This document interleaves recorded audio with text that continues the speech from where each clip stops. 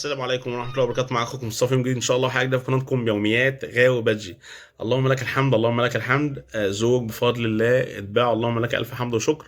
ربنا يا رب يدي صاحبهم الخير كله. حبيبي وصديقي أستاذ محمود، راجل معرفتي بيه من سنين وراجل محترم جدا جدا جدا، وربنا يا رب يبارك له في حلاله ويديله الخير دايما يا رب من كل الحاجات اللي أخدها مني، وهو اللهم لك ألف حمد وشكر.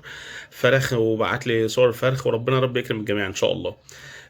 معلومة النهارده في الزوج دولت معلومة إن شاء الله هتفيدك، وإن شاء الله بإذن الله توصلك إن شاء الله لمستوى كويس جدا في الريمبو، اللي هو يا جماعة من الآخر عصفور السهل الممتنع. كل ما هتصعب الأمور هتتصعب، كل ما تسهل الأمور وتبسط الأمور إن شاء الله هتمشي معاك الأمور بيسر، وإن شاء الله تفرخ اللي أنت بتتمناه، ولو حتى ما فرختش السنة دي تفرخ إن شاء الله السنة الجاية. طيب إيه المعلومة يا جماعة؟ الذكر والأنثى لازم يبقوا مكملين لبعض. بالظبط بالظبط، هي زي معادلة، حاجة بتكمل حاجة وعنصر بيكمل عنصر. فاهمين يا جماعة أنا عايز أقول إيه؟ زي بالظبط نفس فكرة أنت النهاردة لما بتيجي تعمل أي أكلة أي مشروب. مش أنت المشروب اللي أنت هتعمله ده سعادتك بيبقى متكون من حاجات، يعني مكون من كذا حاجة عنصر، صح؟ لو هنعمل مثلا وليكن شاي، الشاي ده هيبقى مكون من إيه؟ سكر ومية وشاي، صح؟ التلات عناصر دولت ينفع فيهم حاجة تنقص؟ هتلاقي السؤال وردك تلقائي جدا. لا يا مصطفى، يعني انا النهارده ينفع انا عايز اشرب شاي واحط ميه احط سكر ما احطش شاي؟ لا طبعا، الموضوع يبقى صعب قوي يا مصطفى. طيب ينفع انا احط سكر واحط شاي ما احطش ميه؟ لا طبعا، انا هشرب ايه يا مصطفى؟ طب يعني ينفع انقص حاجه؟ ينفع اشيل السكر واحط شاي وميه؟ يا لهوي، هتشرب ازاي ده يا مصطفى؟ ده يبقى صعب قوي. فنفس الفكره، الذكر والانثى النهارده لما تيجي تختارهم او تبقى شغال على التركيبه بتاعه ريمبو، مكملين لبعض. ده بيسلف ده وده بياخد من ده ودي بتدي لده. يعني ايه؟ يعني زوج بفضل الله زي اللي احنا شايفينه. بصوا النتايه لا قوه الا بالله. فول بادي، فول بادي وعلامات قويه قوي. بصوا تلاحظوا فيها علامات قويه قوي في الجناح وفي الرمبه، هي ما شاء الله عماله تبص. يعني سبحان الملك، انا حطيتهم في الشاله وكانوا يعني بيتحركوا. سبحان الملك اول ما حطيتها هنا كني سبحان الله هي بتبص للايه. بصوا يا جماعه، والله والله انا ما لاحظتش وما خدتش بالي دلوقتي. فسبحان الله، يعني بصوا تحس ان هي بتبص للايه. يعني سبحان الله والله العظيم. بصوا العصفوره، بصوا لزقت وشها عند الايه. سبحانك يا رب. بصوا يا جماعه العصفوره، بصوا لزق وشها فين؟ عند الايه. بصوا ابتدت تتعدل. طب نحاول نخليها بقى تتعدل لنا كده عشان اخواتنا حبايبنا يتفرجوا عليها ونستمتع كلنا مع بعض. فتخيلوا لا قوه الا بالله اهي. بصوا النتايه يا جماعه فول بادي، علامات قويه. بس بص بقى لما تيجي تركز هتلاقي فول بادي كده من ريحه الدلع الجولدن. يعني ايه؟ تبص تلاقي الريش نفسه في التداخل والتجزعات بتاعه الجولدن، شكلها جميل قوي، جميل قوي. طيب وفيها صبغه قويه جدا ودبل جولدن. طيب ده النتايه دي كده فيها عناصر وفيها كذا مكون انا محتاجهم جدا في الريمبو. طب انا هعمل ايه بقى ساعتها؟ مش هديها ذكر نفس الشكل كده. يعني هو انت ممكن يكون هو اللي متاح عندك ذكر نفس الشكل، مفيش مشكله. بس انا بحاول يعني ناخد بيد بعض كده ونوصل بفضل الله يعني بعد توفيق ربنا الانتاج يعني يكون كويس ان شاء الله، يعجبني يعني. وكله ان شاء الله طبعا هيعجبنا لان كلها خلقه ربنا في الاول وفي الاخر. بس احنا بنحاول نقول السعي وتجتهد ازاي. بص انا جيت عملت ايه بقى؟ اديتها ضجر بفضل الله، صبغه قويه قوي، صبغه قويه جدا وربنا يبارك. دبل جولدن اهو، بصوا دبل فايلوت لا قوه الا بالله. وفي نفس الوقت تبص على الجناح العلامات بقى ايه اللي هي بتاعت الفول بادي السمرا دي ممسوحه. بس هو فيها علامات، بس فيها علامات. بس العلامات هنا ايه؟ تحس ان هي جولدن وممسوحه، بس انت واخد منه الصبغه قويه والدبل الجولدن. فتبص تلاقي بفضل الله ربنا يرزقك لما يجي ينتجوا لك عصافير لا قوه الا بالله. حتى لو طلعوا فول بادي، بص انت اصلا شكلها عامل ازاي. يعني هم حتى لو طلعوا شبه الام، بص الام عامله ازاي لا قوه الا بالله. بص الام وجمال الام بصت لنا اهو. بص القمر لما بص، فبص الصبغه بتاعت الام عامله ازاي، اي حد اتمناها. لون وشغل وخامه وتوصلك وتعديك وتوديك مراحل كويسه في الريمبو وتديك صبغات كويسه. يا جماعه العصفور الريمبو صبغه، العصفور الريمبو صبغه. هو ايه اللي يفرق العصفور الريمبو القوي عن العصفور الريمبو الضعيف؟ صبغه. هنا هتلاقي صبغه ممسوحه جدا وبهتانه كده وتحس ان الصبغه ملهاش معنى في الفرخ. وهنا تبص تلاقي الصبغه قويه ويتهافتوا عليه الهاويين والناس الغاويه وعايزين يشتروا ده. فهي دي القصه النهارده. العناصر اللي متجمعه في العصفورتين دوت الصبغه، بصوا لا قوه الا بالله عامله ازاي.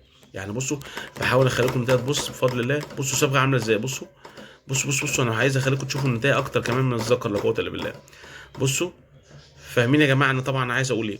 فالنهارده انت سعادتك ما ترفضش وخلاص لمجرد الرفض. لا اصل انا مش عايز حته فول بودي، انا عايز الاتنين كلير، علامات ممسوحه. يا سيدي ماشي، ما قلناش حاجه. ما هو انت ممكن لما سعادتك هتلاقي الحتتين الكلير قوي علامات ممسوحه، لهم ممكن يكونوا بمبلغ عاليين جدا عليك. فانا دايما يعني معلش سامحوني، قلبي دايما وتعاطفي مع الهاوي المبتدئ اللي لسه نفسه يربي، نفسه يربي، والظروف مش سامحه والميزانيه مش سامحه واقتصادياته مش سامحه، فده ما يربيش. طب ده يموت يعني يا جماعه مننا؟ لا طبعا، يربي ويربي ويربي، وبفضل الله يفرخ وينتج ويبقى عنده مستويات قويه بفضل الله. والعصفور اللي هو بيحلم بيه اللي بيشوفه في ايد الناس، اللي هو شايفه من وجهه نظره غالي جدا جدا ومش عارف يوصل له، لا ان شاء الله بالراحه كده واحده واحده ان شاء الله نوصل له من التركيبات اللي احنا بنتكلم عليها. يبقى انا النهارده ما اكرهش واحب بمجرد السمع ان انا شفت بس ده بيقول ده وحش وده حلو، ده الفول ده لا وحش وحش، لا لا خلينا في الكلير. لا ما هو ركز، الكلير شكله ايه اللي انت عايز تربيه؟ طيب الفول بودي اللي انا هربيه شكله ايه؟ هي دي بقى، هي دي التركايه، ناخد بالنا، لان تبقى هي دي التركايه المهمه عندي النهارده. بص بص انت عامل زي لا قوه الا بالله، بص انت. فيبقى انا عندي دي المهمه النهارده، انا بربي مش اكره وخلاص واحب وخلاص، لا انا هربي يبقى الشكل العصفور ايه، الملامح عامله ازاي، المواصفات عامله ازاي، الصبغه، الجولدن سنجل، اليولو بتاعي. المهم يا جماعه ما وقفش تفكيري عند كلام وخلاص. بالنسبه لي الكلام ده مش هيقدمني، لا انا اللي هيقدمني ان انا اخد الحاجه واخد ريسك واشتغل. فالنهارده دول بفضل الله تركيبه محترمه جدا، عشان هم فيهم العامل القوي جدا اللي كده كده كله بيجري عليه، هو عامل الصبغه.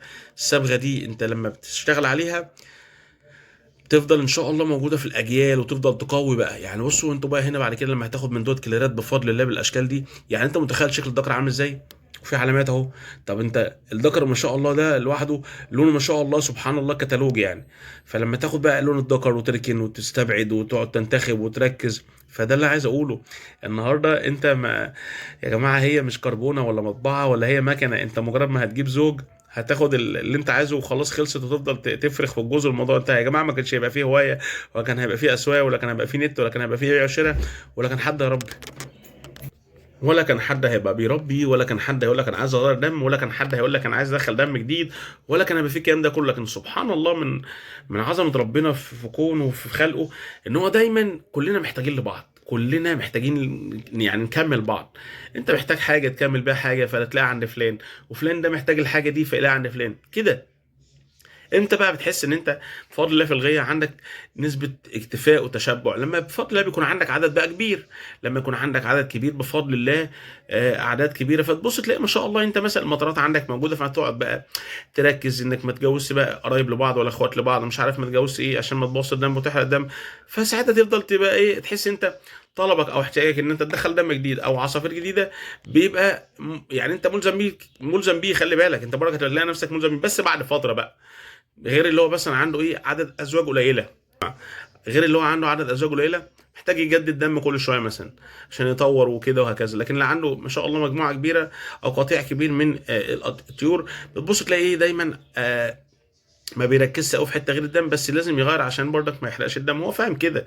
فانا اتمنى المعلومه البسيطه دي ان شاء الله تكون وصلت. ما تنسوش الهوايه نوايا، ولو اللي فات حلو فراجع احسن بامر الله.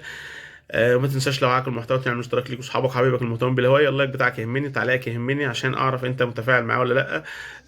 ان شاء الله ان شاء الله نشوفكم على خير ان شاء الله فيديوهات جديده. اتمنى لنا الخير ونتمنى لكم الخير ان شاء الله، والسلام عليكم ورحمه الله وبركاته.